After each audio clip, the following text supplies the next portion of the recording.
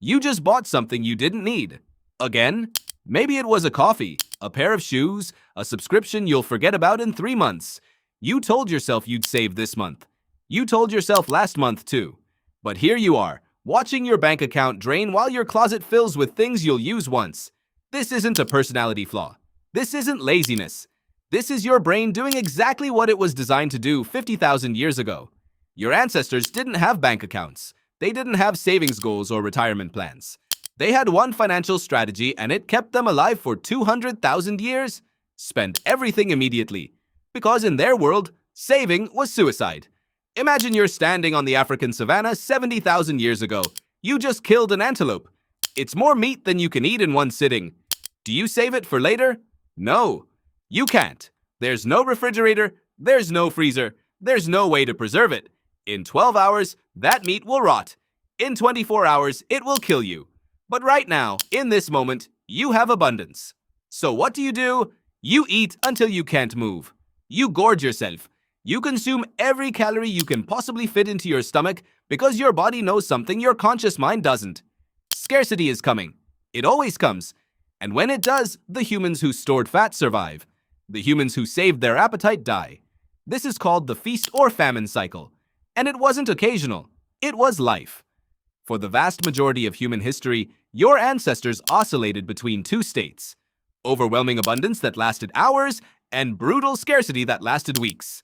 There was no middle ground, no steady paycheck, no grocery store. You either had everything or you had nothing. And your brain evolved a simple rule. When you have it, use it. All of it. Right now. That rule is still running. Every time you see something you want, a tiny ancient part of your brain whispers the same thing it whispered to your ancestors when they found a berry bush. Take it all, because tomorrow it might be gone. This is why you can't walk past a sale without feeling a pull. This is why limited time offers work. This is why the phrase, "while supplies last," makes your heart beat faster. Your brain is not detecting a discount. It's detecting scarcity. And scarcity triggers an ancient survival protocol. Acquire now or lose forever. Neuroscientist Dr. Peter Sterling calls this predictive regulation. Your brain doesn't react to what's happening. It predicts what's about to happen and forces you to act preemptively.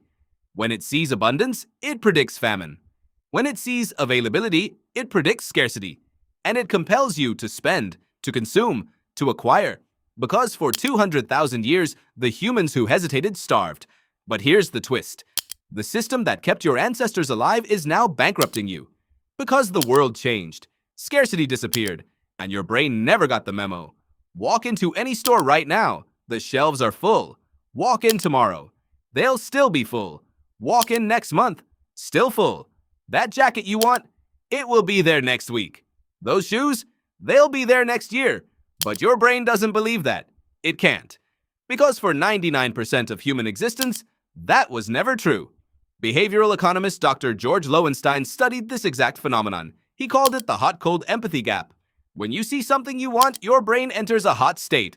Logic shuts down. Future consequences disappear. All that exists is now. And in that state, your ancient brain takes over and screams one word: take. This is why you buy things you don't need. This is why you wake up the next morning confused about what you just purchased. You weren't making a decision. You were obeying an evolutionary command. And corporations know this. They've spent billions of dollars studying your brain. They know you're not wired for abundance. They know scarcity is your trigger. So they manufacture it. Limited edition. Flash sale. Only 3 left in stock. Low inventory. Selling fast. None of these phrases are accidental. They're designed to hijack the same neural pathway that fired when your ancestors saw the last fruit on the tree. They create artificial famine in a world of permanent abundance, and your brain falls for it every single time. But it gets worse, because the spending itself feels good. And that's not an accident either. Every time you buy something, your brain releases dopamine. Not when you use the thing, when you buy it. Dopamine is not a pleasure chemical. It's an anticipation chemical. It fires when your brain predicts a reward. And for your ancestors, acquiring something rare, something scarce, something valuable, that prediction was worth celebrating. Because it meant survival. You feel that same rush when you click purchase, when you swipe your card, when you add something to your cart. Your brain is giving you an evolutionary high five for securing a resource. Except the resource isn't rare. It isn't scarce. It's mass-produced and sitting in a warehouse with 10,000 identical copies. But your brain doesn't know that. It just knows you acquired something, and acquisition equals survival. So you keep chasing that feeling. You keep buying. And every time you do, you get a tiny hit of dopamine that says, "Good job, you're going to survive." Except you're not surviving. You're spending your future. Dr. Daria Nock, a neuroscientist at the University of Bern, did something fascinating. She used magnetic stimulation to temporarily disable a part of the brain called the prefrontal cortex. That's the part responsible for self-control and long-term thinking. And guess what happened? People immediately started spending more. They bought things they didn't need. They ignored prices. They acted exactly like your ancient ancestors. Impulsive, immediate, focused only on now. Here's the disturbing part. You don't need a scientist to disable your prefrontal cortex. It shuts itself down automatically. When you're tired, when you're stressed, when you're hungry, when you're emotional, all the conditions of modern life actively suppress the one part of your brain capable of stopping you from spending, and your ancestors never needed that part to be strong. Because in their world, there was nothing to save for. No future purchases, no retirement, no mortgages. You either used your resources now, or someone else did. Delayed gratification was not a virtue, it was a death sentence. But now you live in a world built on delay. Save for a house, save for retirement, save for emergencies. Your entire financial future depends on a skill your brain never evolved: resisting abundance. And you're losing that fight every single day, because your environment is designed to make you lose. Social media shows you what everyone else is buying. Advertising follows you across the internet. One-click purchasing removes every barrier between impulse and action. Your ancestors had to chase down an antelope and butcher it with a stone. You have to move your thumb 1 inch. The effort required to acquire something has collapsed to zero. But the brain circuitry that rewards acquisition, still firing at full intensity. This is the mismatch. Evolution built you for a world where getting something required immense effort and happened rarely.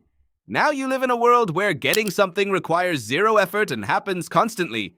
Your reward system is being triggered 1,000 times a day, and each time, it's a little harder to say no. But here's the part no one tells you.